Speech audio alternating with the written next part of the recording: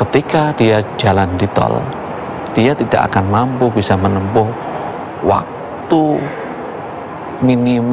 tempuh minimal di jalan tol itu yang direkomendasikan 60 km per jam. Dia nggak bisa. Yang terjadi apa? Dia terjadi perlambatan. Perlambatan itu sudah melanggar aturan. Dia jalannya pasti 20 km per jam atau maksimal 40 km per jam. Kalau terjadi perlambatan, apa yang terjadi? Yang terjadi adalah bisa tabrak belakang kebanyakan. Dan itulah penyebab laka fatal dan laka massal.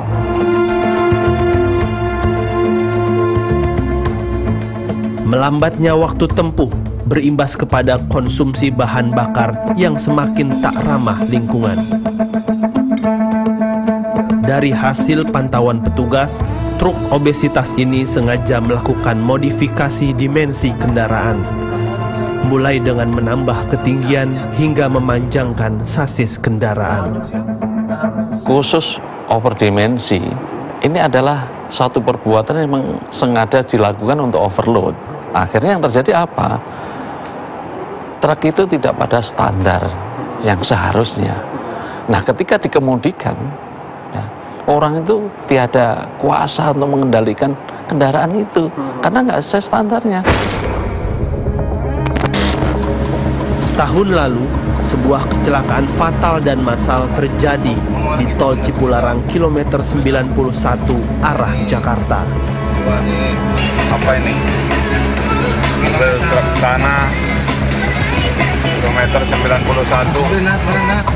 Modi. Kita selalu berhati-hati di jalan, nah. Muatannya ini ya? Muatannya kok begitu. Wah, satu lagi saudara-saudara.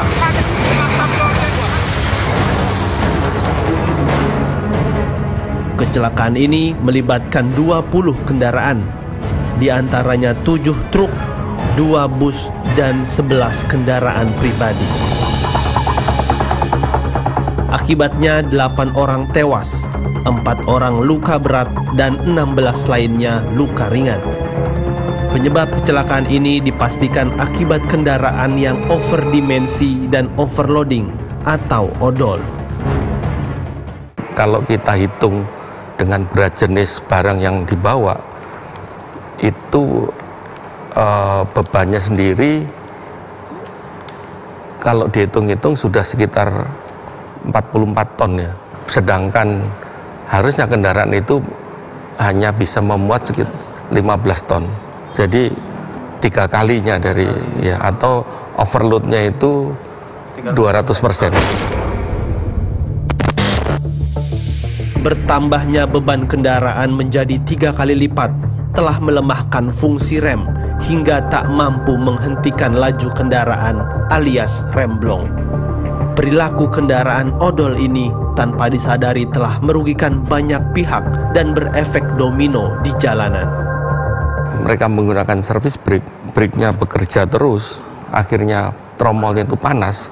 Nah, di situ ada temperatur tertentu di mana kampas rem itu akan berubah dari padat menjadi gas, menjadi istilahnya tersublimasi.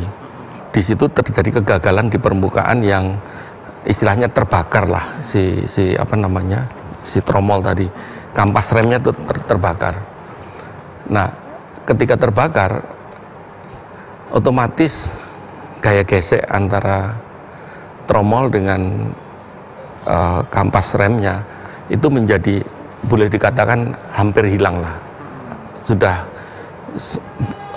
95% gaya geseknya akan hilang. Jadi ditekan semaksimal mungkin karena gaya geseknya sudah hilang, sehingga kita katakan remnya blong. Berarti total 48 ton. Ini. Apakah ini melebihi muatan atau Jelas. melebihi muatan?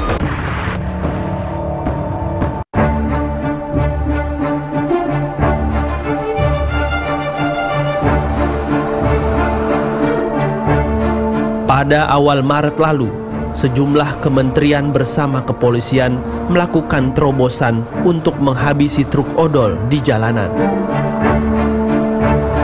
Langkah yang dilakukan adalah dengan melarang kendaraan obesitas masuk tol dari Tanjung Priuk, Jakarta hingga Bandung, Jawa Barat. Kendaraan yang melintas dan mencurigakan obesitas diminta untuk ditimbang. Salah satunya truk pengangkut batu bara ini. Hasil ininya yang untuk truk ini berapa Pak beratnya Pak? Ya kalau umpama jumlahnya sama, berarti 20 ini. Oh ini satu ban kanan 10. 10 yang sana yang kanan 10. Kalau Terus tadi depan 4 kanan 4 ya, kiri. Ya. Jadi oke. Kalau umpama sama kan kadang ada yang berat di sini, ada di sini. Nah, bagusnya sih rata. Oke. Ini sudah melebihi kalau ini. Kalau ini sudah melebihi. Lebih. Harusnya berapa Pak? 10. Satu muatan 10 ton. Satu Excel. Satu Excel 10. Ini udah 20 berarti. Oh, oke. Berarti ini lebih ya Pak ya? Oke. Ini juga nih. Ini Pak. Mantan jatuh. Batu bara. Batu bara. Ini komoditi batu bara. Ini 10. yang sana juga 10. Iya. 20. Oke. Dalam. Jadi kalau saya total nih Pak, kan ada 3 baris ban. Iya. Baris 3 pertama sumbu. 3 sumbu. Yang pertama kurang lebih 8 ton. Kemudian ban kedua 20. Berarti total 48. 48 ton. Ini. Apakah ini melebihi muatan atau Jelas. melebihi muatan? Standarnya berapa ton Pak? 24 di kelas jalan kelas 1. 24 harusnya. Ya. Berarti ini 2 kali lipat. Oh iya. Oke. Ini yang ditindak nanti. Ini ditindak. Ditindaknya seperti apa Pak nanti Pak? Ditilang terus kembali. Oh, oke. Ditilang terus dikembalikan ke mana, ke tujuan, ke asal. Kendaraan yang obesitas kemudian dipasang stiker pelanggaran. Dari Tanjung Priuk, kemudian Cikampek, sampai dengan Bandung, tidak ada lagi. Semua kendaraan truk yang odol nggak boleh lewat lagi. Jadi Tanjung Priuk, Jor 1, Jor 2, tol dalam kota nggak boleh lagi. Dari awal kita kan juga tidak, kita memapping ya. Persoalan odol ini kan sangat kompleks sekali. Kompleks, komprehensif, dan juga multi kewenangan. Siapa sih yang berwenang di dalam sini? Ada dari kita, dari Perhubungan Darat, menyangkut masalah regulasi, ada juga dari Disub-Disub Kabupaten Kota terkait masalah ujikir, ada juga dari kepolisian menyangkut masalah pengawasan, ada juga dari PUPR yang mungkin menyiapkan jalannya.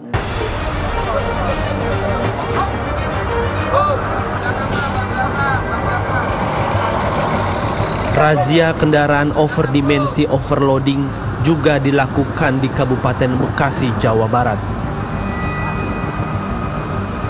Sebagai kawasan industri terbesar di Asia, Bekasi menjadi jalur lalu lintas barang yang super sibuk. Salah satu kasus yang terungkap adalah kasus overdimensi yang tertangkap oleh tim razia. Ini pelanggaran dimensi karena semestinya sumbu 1, sumbu 2 itu hanya sebatas ini. Oke. Nah, ini ada penggeseran sumbu sehingga ke belakang. Kenapa? Karena untuk memperpanjang bagian belakang atau ROH-nya. Sehingga ini digeser, lalu ada penyambungan sasisnya. Nah, ini udah termasuk modifikasi. Kemudian secara panjang Pak, apakah ini overdimensi? Iya jelas, pasti akan panjang. Dengan merubah seperti ini tujuannya untuk memperpanjang daripada dimensinya. Nah ini yang mesti dipotong sebatas ini. Sebelah sini? Ya, sebatas ini. Jadi bannya dimajuin, ininya dipotong? Ini dipotong. Jadi sebatas ini. Dari sini ke atas tuh Pak, semua potong Pak? Iya, semuanya. Kita potong untuk normalisasi. Oh, dipotong? Untuk, disesuaikan kembali ke standarnya. Oke, yang motong? Nah, nanti pihak perusahaan. Pihak perusahaan. Nah, kita panggil. Oke. Nanti kita arahkan supaya untuk dilakukan normalisasi. Pengemudi truk overdimensi ini pasrah dan tak bisa berbuat banyak. Punya pribadi atau punya perusahaan? Oh, punya perusahaan. Jadi abang nyetir udah ada mobil udah panjangnya seperti ini aja gitu ya? Benar. Oh. Terus Jadi ini bawa apa bang biasanya? Bawa sepeda motor. Bawa sepeda motor. Dari mana ke mana biasanya? Dari Kerawang ke dealer-dealer. Oh, dealer sejauh barat? Iya, bukan. Antara kota-kota aja. Asosiasi Karoseri Askarindo pun menanggapi banyaknya kendaraan truk overdimensi di jalanan. 2015 itu memang mungkin ya kontrolnya tidak seperti sekarang setelah 2015 ya. 2015 ke sini sangat ketat. Diduga penambahan dimensi pada kendaraan terjadi saat karoseri menyerahkan kendaraan kepada pemilik kendaraan. Kalau kami dari karoseri itu mestinya tidak terlibat di situ, ya? Karena setelah keluar dari karoseri itu diserahkan kepada customer tadi ya. Lalu transporter yang melakukan itu. Kalau karoseri kan tidak tahu. Datang ke karoseri untuk dibuatkan produk karoseri. Nah, karoseri membuat rancang bangun, kemudian disahkan kepada Kementerian Perhubungan. Setelah itu dia produksi. Produksi kemudian diuji dan keluarlah surat registrasi uji tipe. Nah, atas dasar itu customer ya mengajukan KIR dan mengajukan ke kepolisian untuk penerbitan STNK BPKB. Modus penambahan dimensi pada kendaraan pun beragam. Biasanya setelah uji berkala itu oleh Dishub, nah berikutnya mereka akan memperpanjang itu, menambah dan sebagainya gitu. Itu yang pertama kejadiannya untuk yang truk yang overdimensi. Ada juga dengan alasan untuk digunakan off-road, jadi artinya nggak di jalan umum, terutama dump truck, itu truknya tinggi, kemudian banyakan tinggi. Harusnya kan sekitar 1 meter, dia buat sampai dengan 1,7 sampai dengan 2 meter. Penyimpangan terhadap buku KIR yang dilakukan juga oleh oknum ya, kemudian juga oleh masyarakat yang berdalih dengan Biro Jasa itu, saya sekarang sudah memperketat semua uji KIR itu sekarang kita berikan akreditasi. Juga sudah mengganti buku KIR yang dulu sering dipalsu oleh Biro Jasa dengan kartu seperti ini. Nah, kartu ini sekarang sudah beberapa dinas perhubungan kabupaten, kota yang sudah membuat ini. Karena memang ini harus ada alat khusus. Jadi buku-buku sudah kita keluarkan lagi di 2020, kita ganti dengan ini.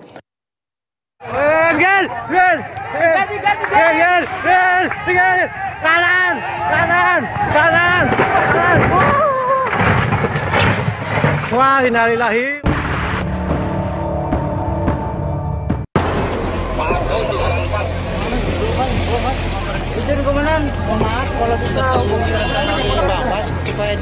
Salah satu kejadian yang cukup menyita perhatian dan merugikan bisnis transportasi serta lalu lintas adalah rubuhnya jembatan Widang di Tuban, Jawa Timur tahun 2018 silam. Jembatan ini rubuh saat beberapa truk obesitas secara berbarengan melintas. Sontak jalur distribusi Jawa melalui Pantura lumpuh, pelaku bisnis pun merugi. Semua daerah-daerah yang menghubungkan antara daerah-daerah industri dengan pelabuhan ya, seperti kalau ini kan Jakarta Cikampek, karena itu jalur industri ke Priok atau Tangerang ke Priok, di Jawa Timur misalnya jalur Tuban, Gresik, Lamongan sampai ke Tanjung Perak. Tapi secara umum sih lintas Sumatera juga itu adalah jalur logistik angkutan berat juga. Oke, dan di situ sering terjadi kerusakan jalan akibat truk odol ini atau seperti apa? Iya. Itu Pak ya, memang penyebab utamanya memang truk odol Pak? Iya. Kerusakan jalan juga kerap terjadi sepanjang jalan di lintas Sumatera hingga Kalimantan. Penyebabnya adalah beban yang terlalu berat bagi jalan. Dampaknya negara harus mengocek triliunan rupiah setiap tahun sekedar untuk merawat jalan yang rusak. Untuk seluruh Indonesia itu kira-kira kerugiannya 43 triliun per tahun. Per tahun? Itu di jalan nasional? Keseluruhan jalan. Hasil pendataan tim telusur, praktek kendaraan overdimensi dan overloading memiliki multi efek. mulai dari menimbulkan kemacetan, pemborosan bahan bakar yang tidak ramah lingkungan, merusak sarana jalan dan jembatan, serta membahayakan pengemudi dan pengguna jalan. Nah kalau lambat semua bagaimana? Ya semua ikut lambat. Akhirnya pemborosan pada pengguna jalan lain. Kemudian apa yang terjadi?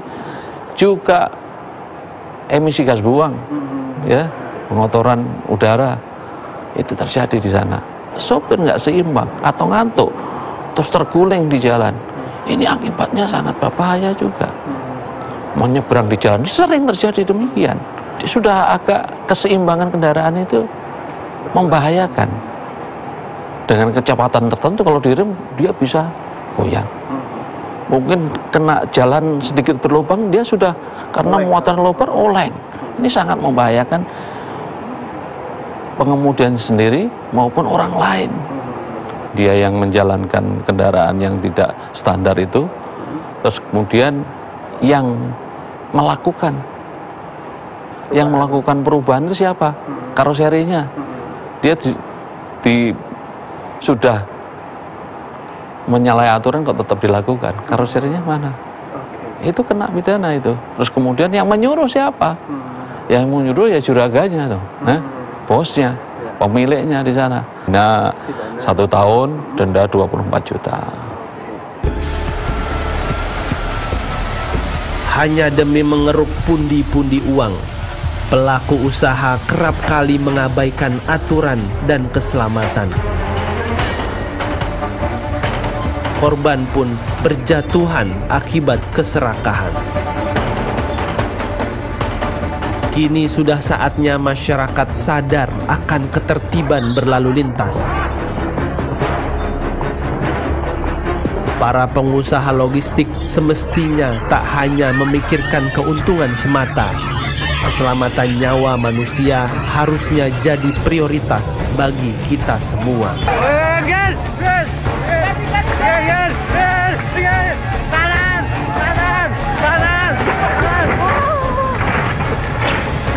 Wah, innalillahi wa inna ilaihi raji'un.